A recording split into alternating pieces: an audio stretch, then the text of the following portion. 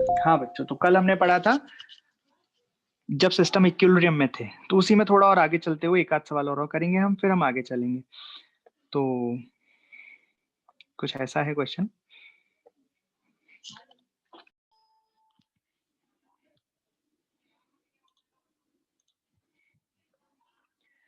चलिए भाई, ये क्वेश्चन है, आपको बताना है normal reaction between block A and the ground.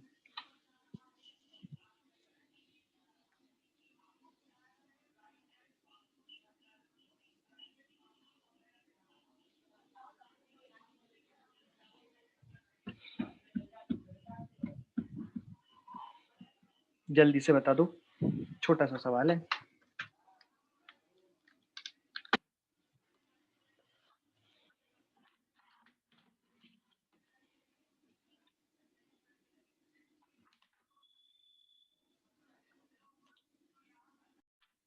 तो हमने 2 kg का एफबीडी बना रहे हैं, धरती माता नीचे फोर्स लगा रही हैं, कितना होगा 2g यानी 20, और इसने धरती माता को धक्का मारा तो धरती माता इसे धक्का मारेंगी, तो ये हो जाएगा नॉर्मल। ठीक है, अब क्या होगा, एक ये 50 न्यूटन का फोर्स और लग रहा है, बट ये 50 न्यूटन का फोर्स तो टेढ़ा मेढ़ा लग रहा है, तो हम क्या करते हैं, इसका कंपोनेंट कर लेते हैं पहले। तो 50 का एक कंपोनेंट ऐसे आएगा, एक कंपोनेंट ऐसे आएगा, ऊपर वाला कंपोनेंट हो जाएगा 50 cos 37, 37 होता है 4/5, तो ये हो जाएगा 40 और ये हो जाएगा 30। तो मैं सीधा कंपोनेंट वाली लगा देता हूँ। तो 40 तो ए पे आगे की तरफ लग रहा है, तो ये मैंने लगा दिया 40। चलो इधर आपको अगर अच्छा ना लगे तो इसको हम इधर भी लगा सकते हैं कि 40 ऐसे लग रहा है,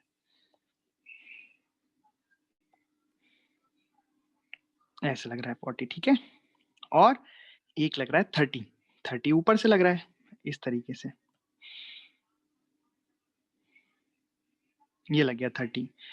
और ये जो ए है वो बी को धक्का मारेगा, तो बी ए को भी धक्का मारेगा, तो बी ने ए को धक्का मारा, तो एक नॉर्मल ये भी लग गया। ये नॉर्मल किस किस के बीच में लग रहा है, ए और बी के, तो इसका नाम एन ए बी रख देते हैं। मतलब ये नॉर्मल ए, हमें कौन सा नॉर्मल निकालना है, हमें तो भैया ये वाला निकालना है, ग्राउंड और ब्लॉक ए के बीच में, मतलब यहाँ जो फोर्स लग रहा है वो निकालना है। तो वही तो है ये जिसको मैंने, ये जो नॉर्मल मैंने ऊपर लगाया है ऐसे, ये एक्चुअली यहीं पे तो लग रहा है, यहाँ पे एक्चुअली ये ना, यहाँ ग्राउंड धक्का मार रहा है इसको, यही वाला तो है ये नॉर्मल। ये दिखाते अपन, यहाँ दिखा देते भाई, नीचे से ऐसा अच्छा नहीं लगता तो यहाँ दिखा देते। बाकी आप चाहो तो इसको यहाँ भी लगा सकते हो, यही आपको निकालना है। तो ठीक है भाई, वाई डायरेक्शन में फोर्स बैलेंस कर देते हैं।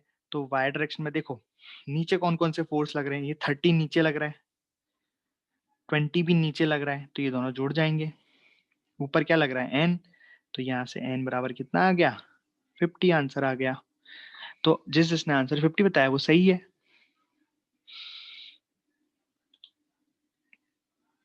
सुरेश ने 10 बताया, मेरे को लग रहा है 30 में से 20 घटा दिया उन्होंने। घटाएंगे क्यों भाई, सोचो ना, सोचो, देखो फील करते हैं इसको। नॉर्मल क्या है, नॉर्मल है कि जमीन ने ब्लॉक को कितना धक्का मारा, तो जमीन ब्लॉक को कितना धक्का मारेगी, उतना ही मारेगी जितना जमीन पे पड़ेगा। तो जमीन पे इसकी वजह से 20 न्यूटन तो पड़ ही रहा है, ये 20 न्यूटन जो ग्रेविटेशन की वजह से लग रहा है, और एक हमने 50 न्यूटन का फोर्स लगा दिया, उसका एक कंपोनेंट 30 न्यूटन भी आ रहा है नीचे, उसकी वजह से भी इस पे बढ़ गया। तो 30 + 20 नॉर्मल हो गया। अगर आई बात समझ में कि नहीं आई बात समझ में, बोलो, आ गई? सिंपल रहता है ना, इस तरीके से हम नॉर्मल फाइंड कर लेते हैं, कहीं दो वस्तु के बीच में या ब्लॉक उसके बीच में, ऐसे कर सकते हैं ना। चलिए, अभी तो ये सिलसिला चलता ही रहेगा, सेम यही एफबीडी बनाने का, फोर्स लिखने का, बट अभी हम इक्विलिब्रियम ना रख के इसमें एक्सेलरेशन वाला ले आते हैं। तो case 2, when system is at equilibrium. हाँ, तो अब क्या होगा, सिस्टम इक्विलिब्रियम में नहीं होगा, सिस्टम के पास कुछ ना कुछ एक्सेलरेशन होगा, राइट। देखो कैसे, जैसे सबसे पहले मैं सबसे छोटा सिस्टम मानता हूं, जैसे मान लो यहाँ पे ब्लॉक रखा है मास m, और आगे की साइड कोई फोर्स लग रहा है F। तो अब बताओ, और सरफेस तो स्मूथ है, मैंने आपको बोला ही था बाय डिफॉल्ट सारी सरफेस अभी स्मूथ है, क्योंकि हमने फ्रिक्शन चैप्टर पढ़ा नहीं है, इसलिए सारी सरफेस स्मूथ है। तो मुझे बताओ कि क्या ये ब्लॉक चलेगा कि नहीं चलेगा? ऑब्वियसली चलेगा, रोकेगा कौन इसे, रोकने वाला तो फोर्स कोई है ही नहीं इसमें। इसमें अगर चलो इसका एफबीडी बनाते हैं अगर हम, तो एफबीडी बनाएंगे अगर, तो नीचे क्या लगेगा, धरती माता लगाएगी नीचे mg, ये धरती को धक्का मारा है तो धरती इसको वापस धक्का मारेगी नॉर्मल। अब वाई डायरेक्शन में तो ये बैलेंस्ड हो जाएंगे, क्योंकि वाई डायरेक्शन में तो चल नहीं सकता है, कोई ब्लॉक जमीन पर रखा है तो वाई में कैसे चलेगा, अपने आप कैसे उड़ने लगेगा, नहीं उड़ सकता, तो नॉर्मल बराबर mg हो जाएंगे, क्योंकि वाई डायरेक्शन में इसमें कोई भी एक्सेलरेशन नहीं है, मतलब कह सकते हैं कि वाई डायरेक्शन में ये इक्विलिब्रियम में है, राइट, क्योंकि वाई डायरेक्शन में इनके पास कोई भी नेट एक्सेलरेशन नहीं है, वाई डायरेक्शन में कोई भी नेट फोर्स इनके पास नहीं है, तो वाई डायरेक्शन में ये इक्विलिब्रियम में है। लेकिन एक्स डायरेक्शन में इसके पास नेट फोर्स है, एक्स डायरेक्शन में इसका अगर एफबीडी बनाएंगे तो देखो आगे की साइड फोर्स लग रहा है एफ, यानी कि एक्स डायरेक्शन में इसके पास नेट फोर्स है। तो अब क्या करें भाई, तो फॉर्मूला लगा दो अपना, क्या होता है एफ नेट, अब ये एक्स की बात कर रहा है तो एक्स में बराबर एम इंटू ए, ओके, तो एफ नेट एक्स डायरेक्शन में हो गया एफ, तो एक्सलेशन कितना आ गया एफ अपॉन एम। ये मैंने ऐसी सबसे सिंपल सिस्टम बस आपको दिखाने के लिए कि कैसे करते हैं, तो ऐसे करेंगे, ठीक है, आगे बात समझ में, अच्छा ऐसे करेंगे है ना, ओके, चलिए अब सवाल करते हैं हम अच्छे अच्छे।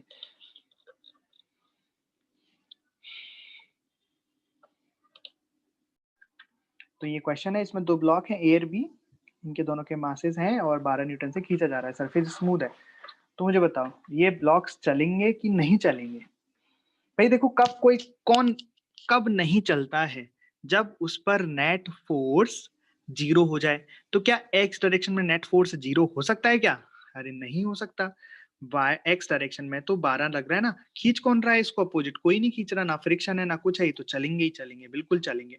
तो आपको क्या बताना है इसमें, आपको बताना है block A and block B के एक्सेलरेशंस क्या होंगे, और जो इनके बीच में रस्सी है ना इसकी टेंशन क्या होगी, ये आपको बताना है। तो आपको एक्सेलरेशन ऑफ ए बताना है, एक्सेलरेशन ऑफ ब्लॉक बी बताना है, और दोनों के बीच की टेंशन क्या होगी वो बतानी है। तो मैं आपको करके दिखाता हूँ कि ये सवाल हम करेंगे कैसे। तो करेंगे कैसे भाई, एक ही तरीका है, एफ बी डी बनाओ तो आंसर आएगा। तो हम बनाते हैं एफ बी डी,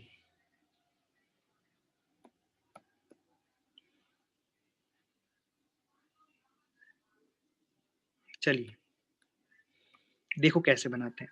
तो अब मैं वापस कहूंगा आपसे, क्या हमें वाई डायरेक्शन में एफ पी डी बनानी चाहिए। देखो बना लोगे तो कोई नुकसान नहीं है, लेकिन कोई फायदा भी नहीं है भाई, वाई डायरेक्शन में नीचे 20 लगेगा, ऊपर ये नॉर्मल लगेगा, नीचे 10 लगेगा, ऊपर नॉर्मल लगेगा। पर वाई डायरेक्शन में तो इक्विलिब्रियम में ही है, क्योंकि वाई डायरेक्शन में तो कोई नेट फोर्स है नहीं, नॉर्मल mg को बैलेंस कर लेंगे दोनों जगहों पर। लेकिन हाँ एक्स डायरेक्शन में तो ब्लॉक चलेंगे। तो आपके पास अब दो तरीके हैं, जैसे कल मैं आपको बता रहा था ना कि या तो पूरा सिस्टम मान लो, है ना, और पूरे सिस्टम का एक साथ एफबीडी बना के कर लो, या फिर आप दोनों ब्लॉक का अलग अलग एफबीडी बनाओ उससे कर लो। तो मैं आपको अलग अलग एफबीडी बना के कराता हूँ पहले, मेथड 1, है ना, और यही हमें ज्यादा हैबिट में डालनी है ना, मेथड 1, ठीक है भाई। तो उसके लिए पहले एफबीडी बनाते हैं। तो ये जो बी ब्लॉक है इसमें आगे कितना लग रहा है, आगे तो फोर्स लग रहा है 12 न्यूटन का, ये मैं बी की एफबीडी बना रहा हूँ, है ना, 12 न्यूटन का, और पीछे कितना लग रहा है, ये टेंशन लग रहा है टी, भाई रस्सी तो खींचती है, टी टेंशन लग रहा है। अब ए का एफबीडी बनाऊंगा तो ए में तो बस आगे की साइड ये टेंशन लग रहा है ना, मैं वाई डायरेक्शन के फोर्सों को हटा दूं क्या, हटा देता हूँ मैं वाई, क्योंकि काम तो है नहीं इनका, बिना मतलब की भीड़ कर रहा है, तो कुछ काम नहीं है इनका, क्योंकि वाई डायरेक्शन के फोर्सों से ना तो कोई एक्सेलरेशन आने वाला ना कुछ आने वाला, वो तो इक्विलिब्रियम में है। हाँ अगर पूछे नॉर्मल क्या होगा तो निकालना पड़ेगा, तो एफबीडी बनानी पड़ेगी, पर अभी मैं नहीं बना रहा, ठीक है। तो बी का एफबीडी बना दिया मैंने, है ना, पर अब देखो आपको साफ साफ पता लग रहा है कि ये चल भी रहे हैं। तो मेरी आपसे ये रिक्वेस्ट रहेगी कि हमेशा जब भी आप एफबीडी बनाएं, वैसे तो एफबीडी में केवल फोर्सेज ही दिखाते हैं, फोर्स ही दिखाते हैं, है ना, जो हमने दिखा दिए, बट साथ में आप एक्सेलरेशन भी दिखाएं तो अच्छा रहेगा। तो उससे क्या ना इक्वेशन बनाने में बहुत आसानी रहेगी। तो बताओ ये ब्लॉक किधर चलेंगे, किधर चलेंगे, राइट में या लेफ्ट में, ए किधर चलेगा, राइट में या लेफ्ट में, और बी किधर चलेगा, राइट में या लेफ्ट में, बताओ।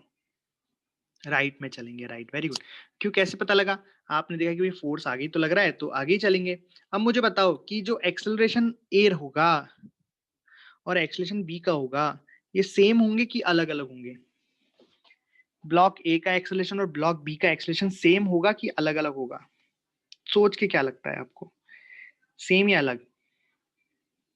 हाँ, आकाश ने बोला है मास डिफरेंट है इसलिए अलग होंगे। नहीं बेटा, मास डिफरेंट है तो फोर्स अलग हो जाएगा, मतलब उससे कोई फर्क नहीं पड़ता है। एक्सेलरेशन इस बात पे नहीं, देखो अब जरा, बस बस अब रुक जाओ, अब मैं बता लेता हूँ। इनके एक्सेलरेशन सेम होंगे, उसका लॉजिक मास से नहीं है कि मास सेम है कि अलग है, मास सेम होता तो सेम, मास से कोई लॉजिक ही नहीं है। एक्सेलरेशन निर्भर कर रहा है इस रस्सी पर। अगर आप सोचो ये ब्लॉक और बी ब्लॉक अगर सेम रस्सी से बंधे हुए हैं, सेम रस्सी से, आप मान लो ए ब्लॉक की जगह यहाँ पे आप में से कोई एक बच्चा है और बी ब्लॉक में से यहाँ पे आप में से कोई बच्चा है। अब जरा सोचना कि हम यहाँ से इनको पकड़ के ऐसे खींच रहे हैं, तो अगर ये वाला बच्चा तेज चलने लगे, मतलब इसका एक्सेलरेशन ज्यादा हो जाए, इसका एक्सेलरेशन कम रह जाए, तो क्या होगा?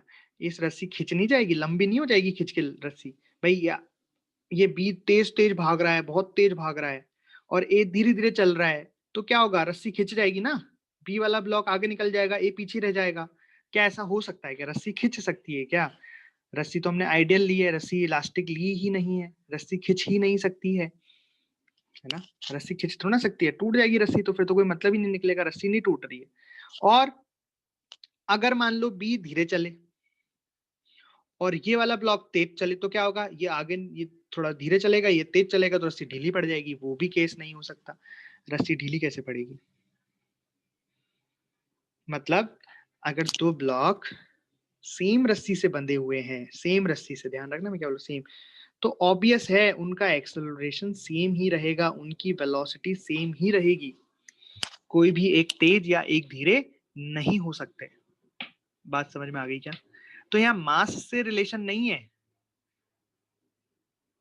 रिलेशन है रस्सी से बंधे हुए। अगर कोई दो ब्लॉक एक ही रस्सी से बंधा हुआ है, तो कैसे अलग अलग एक्सेलरेशन के हो सकते हैं? नहीं हो सकते। उनको कोई अगर खींचेगा, आप अगर करके देखना आज ये प्रयोग अपने घर पे, आप एक ब्लॉक या कुछ लेना, उससे बांधना एक और, है ना, फिर ये आगे वाले को कुछ फोर्स लगाना है, मतलब खींचना है इस पे, यहाँ एक और धागा बांध लेना और यहाँ पे आप कुछ फोर्स से इसको खींचना, तो आप देखोगे कि दोनों साथ साथ चलेंगे। ऐसा थोड़ा ना है कि आगे वाला चल जाएगा पीछे वाला नहीं चलेगा, चलेगा तो दोनों चलेंगे, नहीं चलेंगे तो दोनों नहीं चलेंगे। अरे आई बात समझ में कि नहीं आई बात समझ में? तो इसका मतलब क्या हुआ? एक्सेलरेशन ए और एक्सेलरेशन बी बराबर होंगे, तो दोनों को मैंने एक्सेलरेशन ए ए लिख दिया मैंने, ठीक है? ठीक है, अब हम बनाएंगे इक्वेशन। तो इक्वेशन में हमेशा बस ये ध्यान रखो, जिस डायरेक्शन में आपने एक्सेलरेशन माना है उस डायरेक्शन को पॉजिटिव मान लो, है ना? चलो अब मैं सबसे पहले ब्लॉक ए के लिए इक्वेशन लिखता हूँ, ब्लॉक ए के लिए इक्वेशन लिखता हूँ। तो ब्लॉक ए पे कौन सा फोर्स लग रहा है? केवल एक ही फोर्स लग रहा है, टेंशन एक्स डायरेक्शन में। देखो बच्चे, मैं है ना एक्स डायरेक्शन के लिए इक्वेशन लिख रहा हूँ, वाई में नहीं लिख रहा हूँ, है ना? तो ए पर तो केवल एक ही फोर्स लग रहा है एक्स डायरेक्शन में, और त्वरण भी इसी डायरेक्शन में है, तो त्वरण की डायरेक्शन को पॉजिटिव मानते हुए मैंने इक्वेशन लिख दी, एफ नेट बराबर एम ए। तो यहां से कितना आ जाएगा? टी बराबर मास कितना है इसका? 2 इंटू ए। तो एक इक्वेशन तो ये आ गई। कोई दिक्कत है इस इक्वेशन में? इक्वेशन बनाना सीख लो बेटा। और बी वाली इक्वेशन, बी में, बी के लिए देखते हैं। तो बी में तो दो फोर्स लग रहे हैं, तो मैंने क्या बोला, जिस डायरेक्शन में एक्सेलरेशन है उसको पॉजिटिव मानो, है ना? तो एक्सेलरेशन आगे की साइड हमने माना हुआ है, तो आगे की डायरेक्शन को पॉजिटिव मान लो। तो यहाँ पे 12 न्यूटन पॉजिटिव हो गया और ये टी अपोजिट लग रहा है, तो क्या लिखेंगे? 12 माइनस टी बराबर इसका मास कितना है? 1 ए। तो ये आपकी पहली इक्वेशन आ गई, ये ब्लॉक ए से मिल गई। ये दूसरी इक्वेशन आ गई, ये ब्लॉक बी से मिल गई। दो इक्वेशन है, और अननोन कितने देखो जरा, एक टी अननोन है और एक ए अननोन है। तो दो अननोन है, दो इक्वेशन है, तो क्या आंसर निकाल सकते हैं क्या? बिल्कुल निकाल सकते हैं। कैसे? दोनों को जोड़ दो, फर्स्ट प्लस सेकंड। तो जोड़ोगे तो टी से टी तो कट जाएगा, ये बच जाएगा 12 बराबर 3a। तो यहाँ से a बराबर आ जाएगा आपका 4 मीटर पर सेकंड स्क्वायर, और टी कितना आ जाएगा 8 न्यूटन। बताओ कोई दिक्कत है क्या?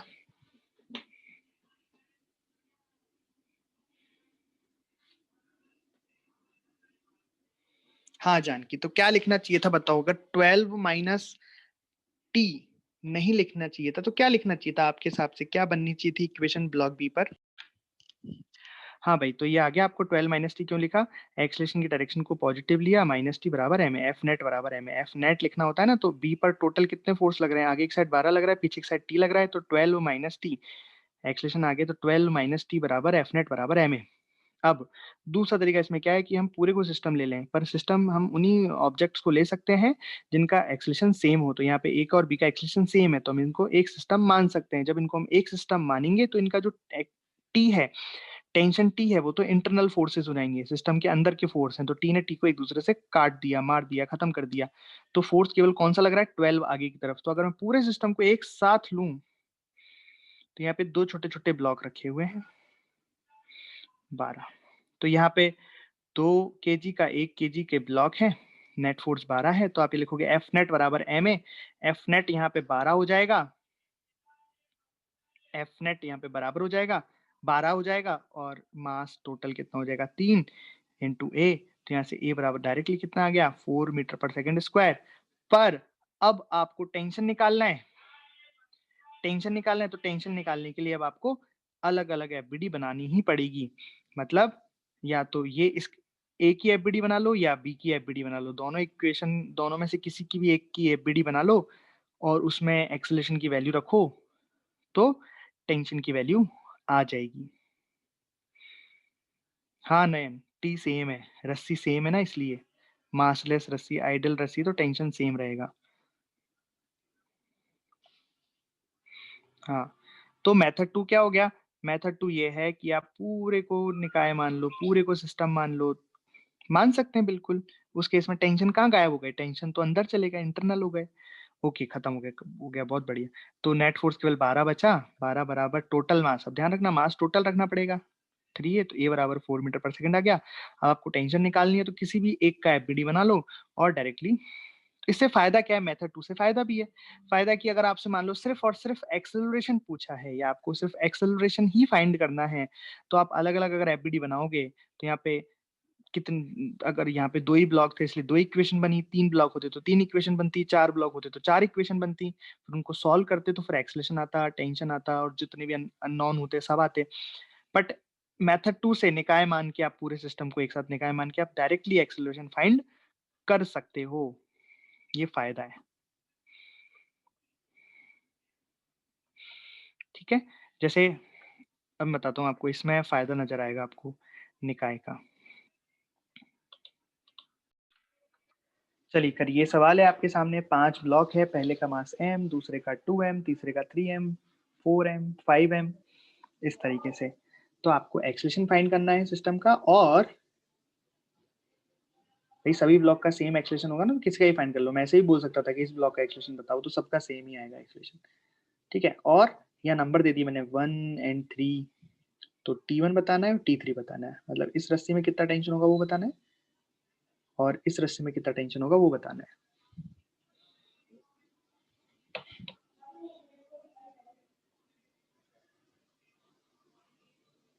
और एक साथ देना है आंसर, ये नहीं कि पहले ए दे दिया, पहले तीनों निकालो, ए निकालो, T1 निकालो, T3 निकालो, फिर दो आंसर। तो सबसे पहले एक्सलेशन फाइंड करना है, तो एक्सलेशन तो सब सीख ही गए हैं ना। एक्सलेशन तो लोगों ने क्या किया, डायरेक्टली फाइंड कर लिया, वेरी गुड। तो एक्सलेशन के लिए आप क्या कर सकते हो, पूरे को एक सिस्टम मान सकते हो। तो पूरे को सिस्टम मानोगे तो अंदर कितने सारे ब्लॉक आ गए, 1 2 3 4 5, पांचों ब्लॉक अंदर आ गए, और बाहर फोर्स लग रहा है F, ठीक है। तो टोटल मास कितना हो गया इसका, 15m हो गया मास, और एक्सलेशन आगे एक साइड ए हो गया। तो यहाँ से हमने ए निकाल लिया, सीधा कितना आ गया F अपॉन 15m, ये एक्सलेशन आ गया, है ना। अब हमें T1 और T3 निकालना है। T1 T3 का मतलब बेसिकली क्या है, यहाँ इस वाले ब्लॉक दोनों ब्लॉकों के बीच में जो टेंशन है वो निकालनी है, और यहाँ पे दोनों के ब्लॉक के बीच में जो टेंशन है वो निकालनी है। बट ये डायरेक्टली थोड़ा नहीं निकलेगी। जैसे अगर आपको ये टेंशन निकालनी है, इसका मतलब एक ऐसा एफबीडी बनाना होगा जिसमें टेंशन आ रही है, तो मैं 4 AM यानी इस वाले ब्लॉक का एफबीडी बनाता हूँ। तो इधर की साइड T3 आ जाएगी, तो इधर की साइड ये वाली टेंशन आएगी T4। तो इक्वेशन में दोनों आ जाएंगी T3 T4। तो T3 निकालनी है, पर T4 भी तो पता होनी चाहिए। T4 कहाँ से लाएंगे, तो पहले T4 निकालते हैं। तो सबसे पहले मैं एफबीडी बनाऊंगा 5M वाले ब्लॉक का। तो 5M वाले ब्लॉक में देखेंगे तो आगे की टेंशन लग रही होगी, और कितनी लग रही होगी टेंशन आगे, इसको रस्सी नंबर 4 बोलते हैं। तो यहाँ पे T4 टेंशन मान लेते हैं, T4। और इसका एक्सलेशन आगे A होगा, वो तो हम ऑलरेडी निकाल चुके हैं। तो यहाँ से इक्वेशन लगा देंगे हम, T4 बराबर M, जो कि इसका है 5M इंटू A की वैल्यू हम ऑलरेडी निकाल चुके हैं। A की वैल्यू कितनी है, F अपॉन 15M। M से M गया 5, तो T4 आ गया 5F अपॉन 15। मैंने अभी काटा नहीं, जानबूझ के नहीं काटा, मतलब ठीक है पढ़े रहने दो, बाद में काट लेंगे एक साथ। तो यहाँ से मैंने क्या किया, 5M मास का एफबीडी बनाया और इसमें लगने वाली टेंशन T4 निकाली। ऐसा मैंने क्यों किया, मेरे को निकालनी नहीं थी ये, बट निकालना पड़ा क्योंकि मुझे T3 निकालनी है ना। अब मैं क्या करता हूँ, इस 4F का एफबीडी बनाता हूँ। देखो भैया 4F का एफबीडी बनाएंगे अपन अब। 4F, तो 4F का एफबीडी देखो, तो 4F ये रहा। तो इसमें आगे लगेगी एक टेंशन पीछे लगेगी। आगे कौन सी लगेगी, T3 लगेगी, और पीछे कौन सी लगेगी, T4 लगेगी। भाई इसका नाम हमने T4 दे रखा है ना, तो रस्सी सेम है तो टेंशन भी सेम होगी। तो अब T4 4M का 4M, F नहीं M,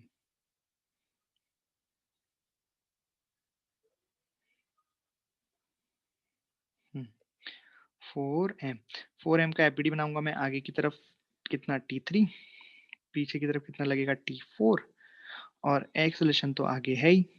तो इक्वेशन कैसे लिखूंगा, मैंने आपको बताया है कि एक्सेलेरेशन की डायरेक्शन को पॉजिटिव मानते हुए हमें लिखना है एफ नेट बराबर एम ए। तो एफ नेट कितना हो जाएगा, T3 minus T4। T4 minus T3 मत कर देना, उल्टा कर दोगे तो आंसर गलत आ जाएंगे, इसलिए ध्यान रखना है ना।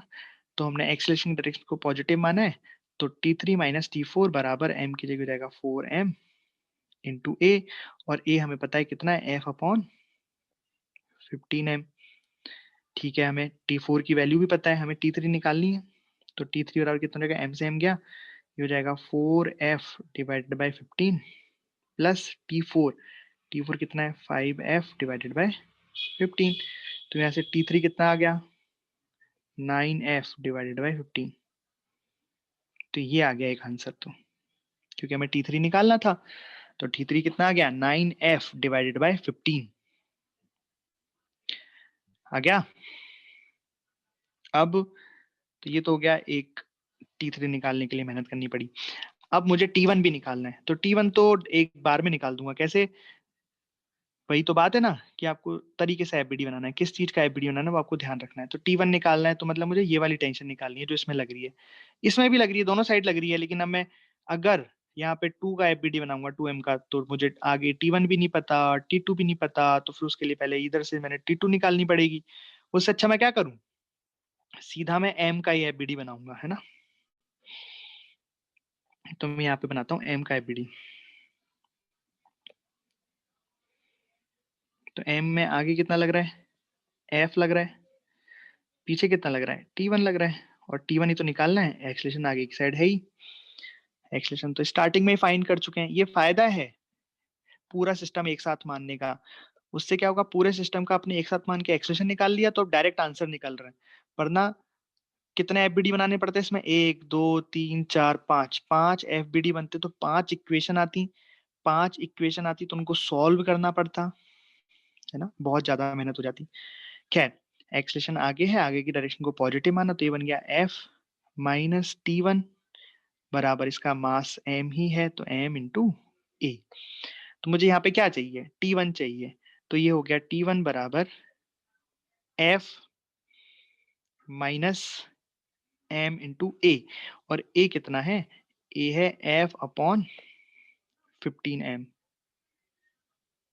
इस तरीके से। तो यहाँ से T1 निकल गया, m से m गया 14 F/15, ये आंसर आ गया।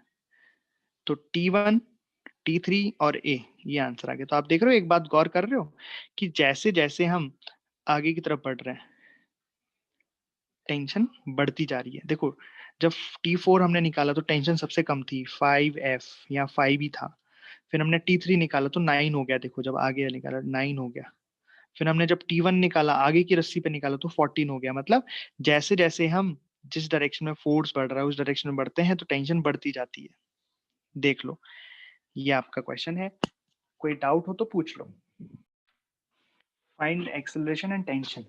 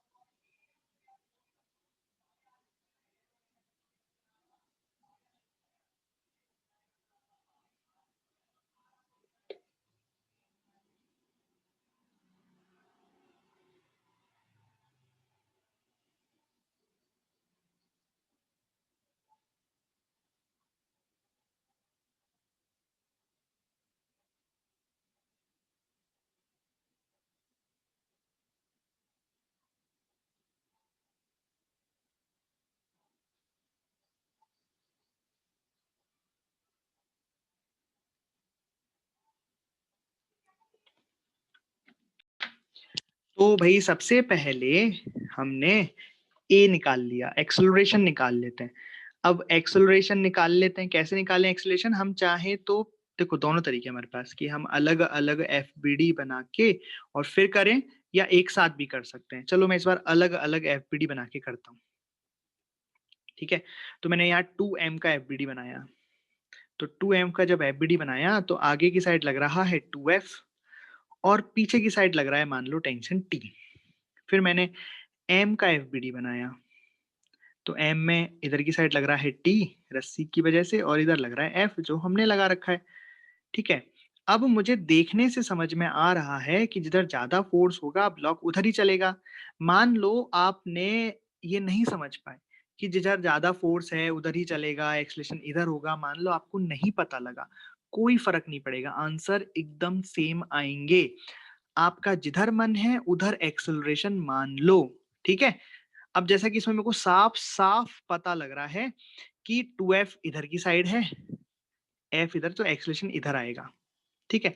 लेकिन फिर भी अगर कोई बच्चा बोलता है नहीं सर मैं नहीं मानता, मेरे को नहीं, मैं तो मतलब ऐसे मानूंगा कि 2f इधर है और ऐसे कर रहा है, भाई वैसे जैसे मन करे एक्सेलरेशन मान लो, लेकिन जब इक्वेशन लिखो तब सारी चीज प्रॉपर डायरेक्शन के साथ लिखोगे तो आंसर आपका सही आ जाएगा ऑटोमेटिकली। मैथमेटिक्स बहुत स्मार्ट होती है, वो सब संभाल लेगी, ठीक है। तो बताओ आप क्या चाहते हो, मैं एक्सेलरेशन किधर मानूं, लेफ्ट में या राइट में? आप जिधर मानोगे उधर से अपन करेंगे, बोलो एक्सेलरेशन किधर मानूं, लेफ्ट में? चलो ठीक है, सभी बच्चे लेफ्ट कह रहे हैं तो लेफ्ट में ही ले लेते हैं। जानकी ने राइट बोला है। बे यार तुम तो है ना मेरे को धर्म संकट में डाल देते हो। बोट कर लेते हैं, बोट। तो लेफ्ट वालों के ज्यादा है, राइट वालों का एक ही है।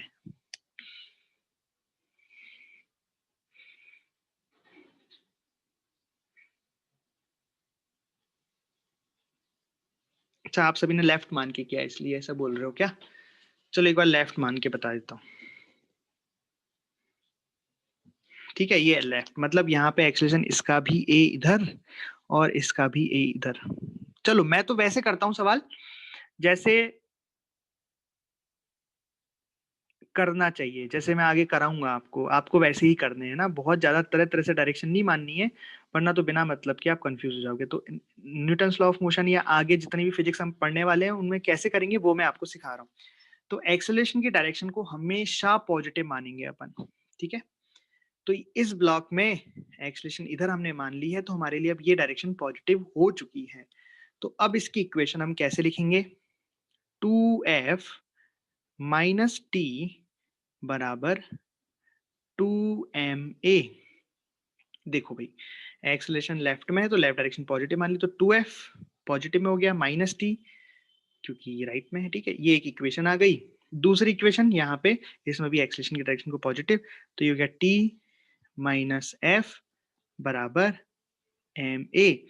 ओके, ये आ गई फर्स्ट इक्वेशन, ये आ गई सेकंड इक्वेशन।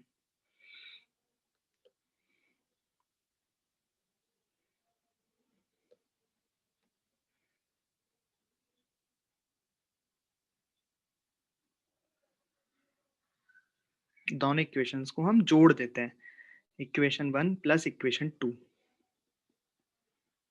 तो क्या होगा?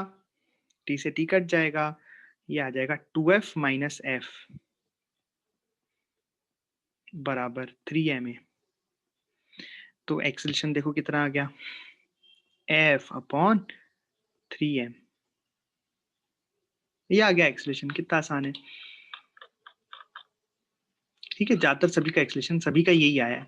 अब आप देखो, एक्सेलरेशन यहाँ पे पॉजिटिव में ही आ गया, मतलब यहाँ पे नेगेटिव नहीं आया। इसका मतलब जो मैंने माना वही डायरेक्शन सही है।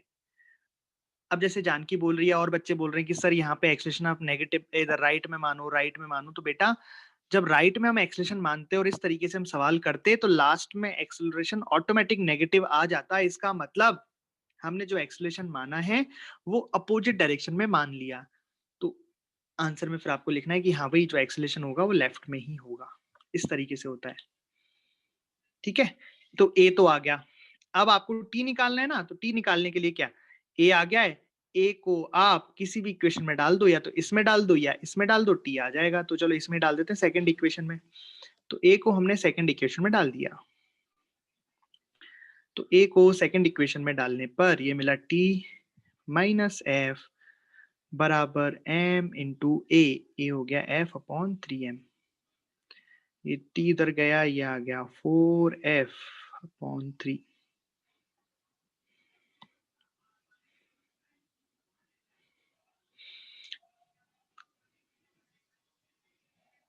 4f/3। तो टेंशन आपका 4f/3 आना चाहिए। बताओ अब किस किस में क्या क्या डाउट है, क्योंकि आंसर तो आपने तरह तरह के दिए हैं।